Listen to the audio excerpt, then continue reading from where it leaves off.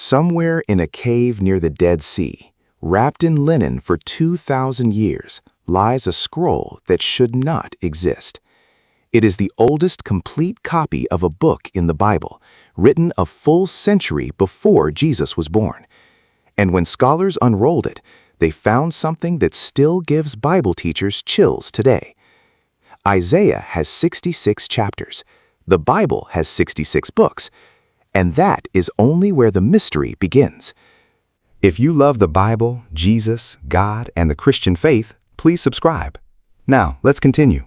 For centuries, most people read Isaiah the way they read any long book of prophecy, chapter after chapter, without ever stepping back to see the whole shape of it. But when you do step back, when you look at Isaiah the way an architect looks at a blueprint, something extraordinary emerges. The book splits almost perfectly into two halves. The first 39 chapters are heavy with judgment, warning, and the consequences of turning away from God. The remaining 27 chapters shift completely in tone, becoming a message of comfort, restoration, and hope. 39 and 27. Those are not random numbers. They are the exact number of books in the Old Testament and the exact number of books in the New Testament. 66 chapters, 66 books. 39 chapters of law and judgment, 39 books of law and judgment. 27 chapters of grace and restoration, 27 books of grace and restoration. It is a pattern so precise that generations of Bible teachers have called Isaiah the Bible in miniature, a book that seems to contain the entire shape of Scripture folded inside itself, 700 years before the New Testament was even written. To understand why this matters, you have to go back to the man himself.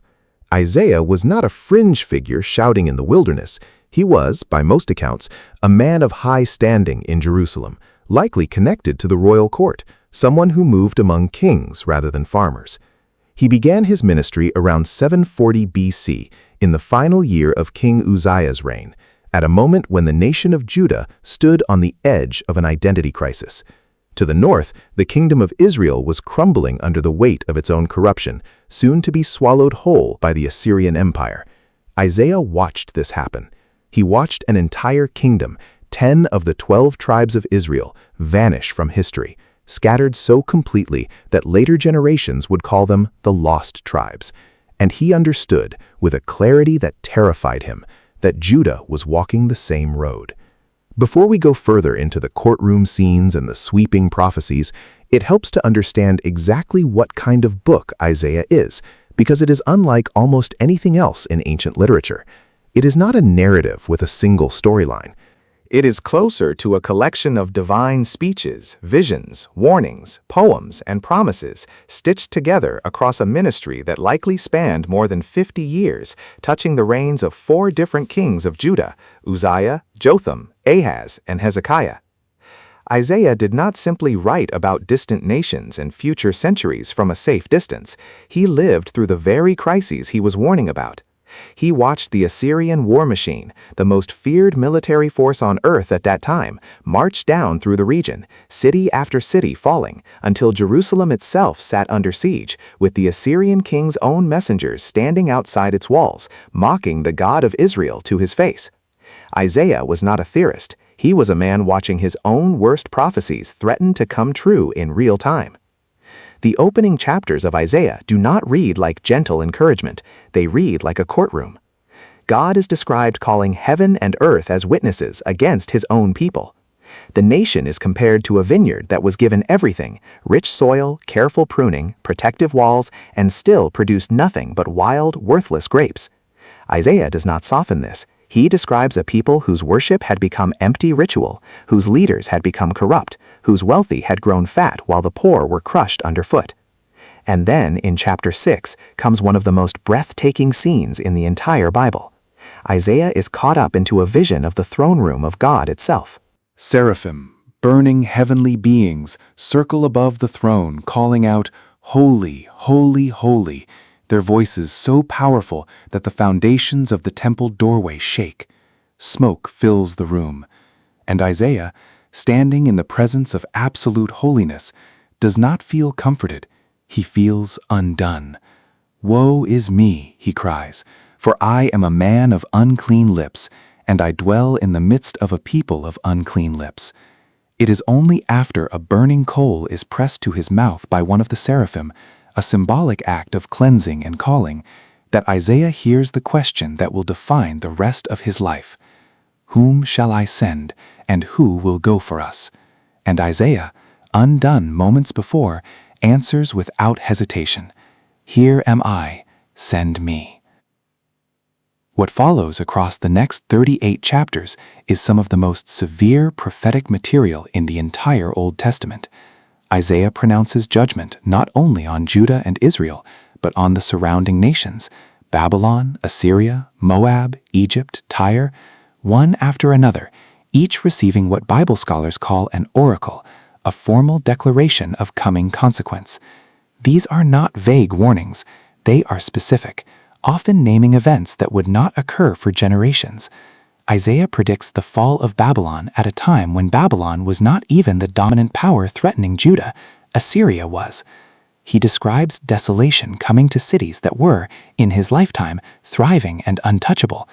And running through all of this darkness are sudden, startling flashes of light, brief passages where the judgment gives way to promise. In chapter 7, in the middle of a political crisis, Isaiah delivers a sign that would echo through the centuries. "Behold, a virgin shall conceive and bear a son, and shall call his name Immanuel, God with us."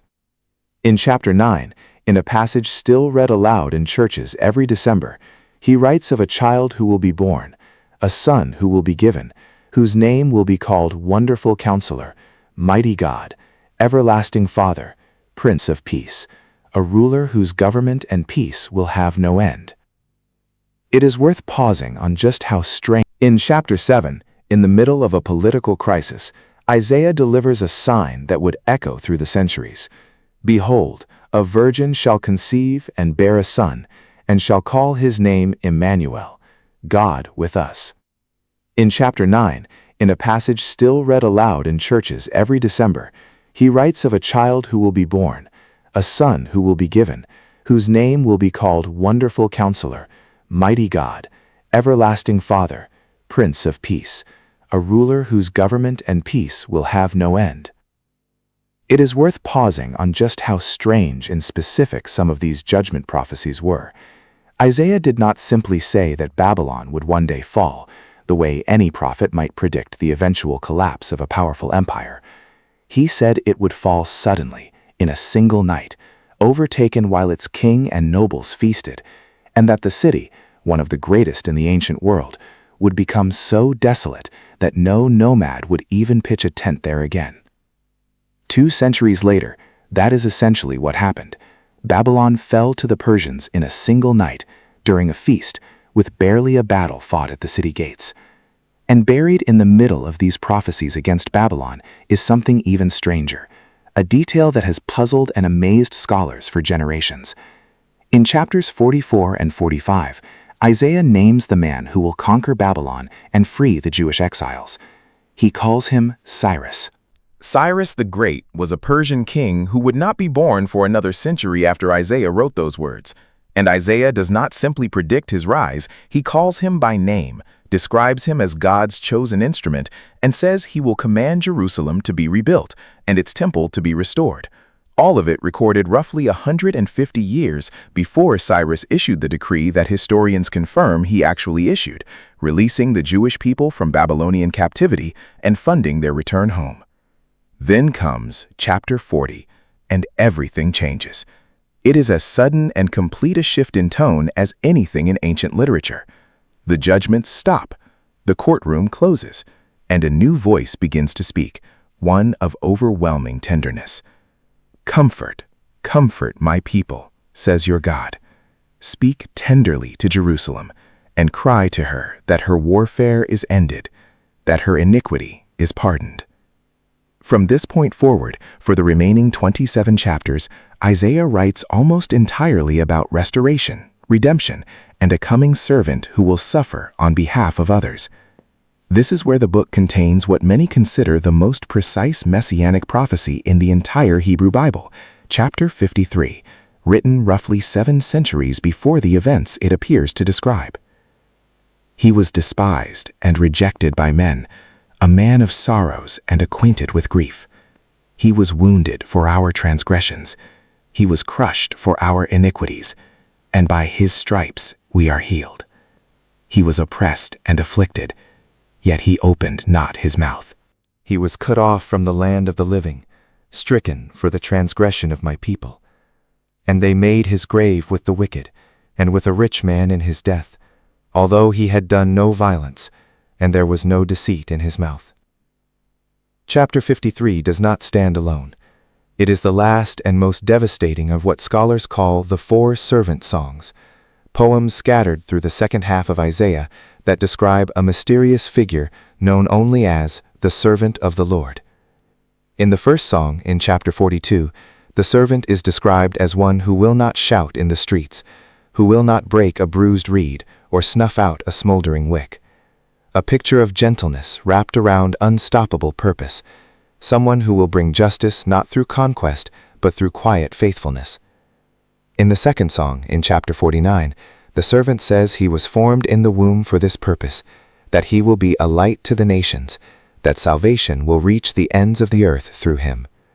In the third song, in chapter 50, the servant describes being beaten, having his beard pulled out, being spat on, and yet setting his face like flint, refusing to turn back from what he was sent to do. And then the fourth and final song, chapter 53, brings all of it to its devastating conclusion, a man crushed, pierced, and silent before his accusers, carrying grief that was never his own. For anyone raised on the New Testament Gospels, that description lands with an eerie familiarity, a man rejected by his own people, a silent suffering, execution alongside criminals. Burial in a rich man's tomb. Centuries before crucifixion existed as a punishment in Israel, before Rome had even risen to dominate the Mediterranean world, Isaiah described in staggering detail a suffering servant whose wounds would heal others. This is precisely why the discovery of the Great Isaiah Scroll among the Dead Sea Scrolls in 1947 in a cave at Qumran mattered so much to historians and believers alike. That scroll has been dated to roughly 125 BC, more than 100 years before Jesus was born, and when scholars compared it word for word to the version of Isaiah used in Bibles today, they found it to be remarkably consistent, chapter 53 included, with only minor differences in spelling and grammar across 2,000 years of copying. The prophecy was not written after the fact. It was sitting in a jar in a desert cave, waiting, while the events it described had not yet happened. Long before the suffering servant appears, Isaiah plants another seed that the Gospels would later pick up. In chapter 11, he writes of a shoot that will come up from the stump of Jesse, the father of King David, a branch that will bear fruit even after the royal family tree seems cut down to nothing. This coming figure will be filled with the Spirit of the Lord, wisdom and understanding, counsel and might, and under his reign Isaiah paints one of the most vivid images in the entire Bible, the wolf lying down with the lamb, the leopard lying down with the young goat, a little child leading them, the earth as full of the knowledge of the Lord as the sea is full of water. It is a vision of a kingdom so completely at peace that even the natural order of predator and prey is undone. Scholars have long debated whether this is meant literally, symbolically, or both, but the emotional weight of the image is unmistakable, a promise that whatever this coming king establishes, it will finally, fully end the violence woven into a broken world. The two-part structure of Isaiah is not something modern readers imposed onto the text looking for hidden patterns. Ancient rabbis and later Christian scholars both noticed the dramatic tonal shift at chapter 40, long before anyone counted chapters against the 66 books of the completed Bible, since the very concept of a 66-book canon did not exist in Isaiah's own lifetime. That numerical alignment came centuries later, once the Old and New Testaments had been assembled into the form we recognize today. Some scholars view the 66-chapter, 66-book correspondence as coincidence, a natural byproduct of how the book was divided for readability. Others see it as something closer to design, a literary echo built into the very bones of Scripture, positioning Isaiah as a book that anticipates, in miniature, the entire redemptive story the Bible will eventually tell in full. What is not disputed is the content itself. The first half of Isaiah is dominated by law, warning, and the weight of human failure. The second half is dominated by grace, comfort, and a promised Redeemer. That movement, from judgment to mercy, from law to grace, is the same movement that runs through the entire Bible, from Genesis to Revelation. There is another detail worth sitting with. Isaiah's ministry did not end in comfort. According to a strong and ancient Jewish tradition, though not recorded in the biblical text itself, Isaiah met a brutal end during the reign of the wicked king Manasseh, reportedly sawn in two for refusing to renounce his prophecies. Whether or not that specific tradition is historically verifiable, it captures something true about the man. Isaiah spent his entire life delivering a message that cost him everything, standing between a holy God and a people who did not want to hear what holiness required of them. And still, buried in the middle of his harshest warnings, he kept returning to a single promise, that a light would eventually break through the darkness, that a shoot would rise from a stump that seemed dead, that a suffering servant would carry what the people could not carry themselves. Isaiah's book proses on that same tension. The final chapter speaks of new heavens and a new earth, a vision of ultimate restoration where former things are no longer remembered. It is the same language, almost word for word, that appears in the very last book of the New Testament, in Revelation, where John describes a new heaven and a new earth descending, and God dwelling among his people. A book that opens in a courtroom of judgment closes with a vision that mirrors the final pages of the entire Bible, written by the same prophet 700 years before that final book was ever put to parchment. One of the most cinematic moments of Isaiah's life happened not on a page of prophecy, but in the middle. A book that opens in a courtroom of judgment closes with a vision that mirrors the final pages of the entire Bible, written by the same prophet 700 years before that final book was ever put to parchment. One of the most cinematic moments of Isaiah's life happened not on a page of prophecy, but in the middle of a national emergency, when the Assyrian army had surrounded Jerusalem and King Hezekiah, terrified, tore his clothes in grief and sent his officials to Isaiah for word from God. The Assyrian commander had stood outside the walls shouting in the Hebrew language deliberately so the people on the wall could understand every word, mocking their God, listing the other nations whose gods had failed to save them, warning that Jerusalem's God would be no different. Isaiah's answer was immediate and unshaken. He told the king not to fear, that the Assyrian king would hear a rumor, return to his own land, and fall by the sword there. That night, according to the account, an angel of the Lord moved through the Assyrian camp, and by morning 185,000 soldiers lay dead. The Assyrian king withdrew, returned home, and was assassinated by his own sons while worshiping in the temple of his God. It is one of the most dramatic deliverances in the entire Old Testament, and Isaiah stood at the center of it, not as a bystander, but as the voice that carried God's answer into the darkest hour of his nation's history. Later, when Hezekiah fell deathly ill, Isaiah again brought him a word from God. First, a pronouncement of death. Then, after Hezekiah wept and prayed, a reversal, 15 more years of life, confirmed by a sign so strange it still puzzles readers today, the shadow on a stairway moving backward, as if time itself bent to answer a dying king's prayer. This is why so many pastors and scholars, across centuries and denominations, keep returning to Isaiah as a kind of skeleton key to the rest of Scripture. It is not simply a long book of prophecy. It is structurally and thematically a compressed version of the whole biblical narrative: judgment and mercy, exile and return, human failure and divine faithfulness, a suffering servant and a promised restoration, all folded into 66 chapters that mirror the 66 books built around it. Whether you view the numerical parallel as intentional design or striking coincidence, the deeper pattern beneath it is undeniable. Isaiah's story is the Bible story. Judgment gives way to grace. Exile gives way to homecoming. And in the middle of the darkest chapters, when Judah's future seemed most hopeless, a prophet with a scroll and a burning coal on his lips kept insisting that comfort was coming, that a child would be born, that a servant would suffer, and that after everything, after all the judgment and all the exile, holiness and mercy would meet in one final restoration. Think again about that cave near Qumran, and the Bedouin shepherd who is said to have stumbled onto it in 1947 while searching for a lost goat, tossing a stone into a dark opening in the cliffside, and hearing, instead of an animal's cry, the sound of pottery shattering.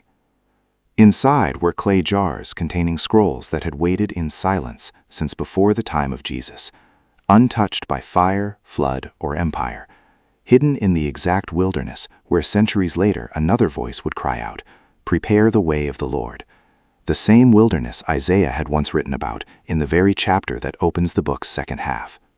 When that scroll was finally unrolled and studied, when scholars ran their eyes down column after column of ancient Hebrew script, they were not reading a document reconstructed from fragments and guesswork. They were reading, almost entirely intact, the same 66 chapters believers had been reading in translation for centuries. Judgment in the first half, comfort in the second, the servant's suffering in chapter 53, the promise of new heavens and a new earth in the very last lines. All of it sitting in a jar in the desert, sealed and waiting, while the events it described were still centuries away from unfolding in Bethlehem, in Nazareth, and finally on a hill outside Jerusalem. Perhaps that is the real reason this ancient scroll, found in a cave, sealed for 2,000 years, still stops people in their tracks today. It is not just a record of what one prophet saw. It is a mirror held up centuries in advance, reflecting the entire shape of the story that was still to come. A reminder that long before anyone divided the Bible into six, it is a mirror held up centuries in advance, reflecting the entire shape of the story that was still to come. A reminder that long before anyone divided the Bible into 66 separate books, one prophet had already written its whole story: judgment and mercy, exile and homecoming, suffering and glory, into 66 chapters that still speak today with the same weight they carried the moment they were first written down.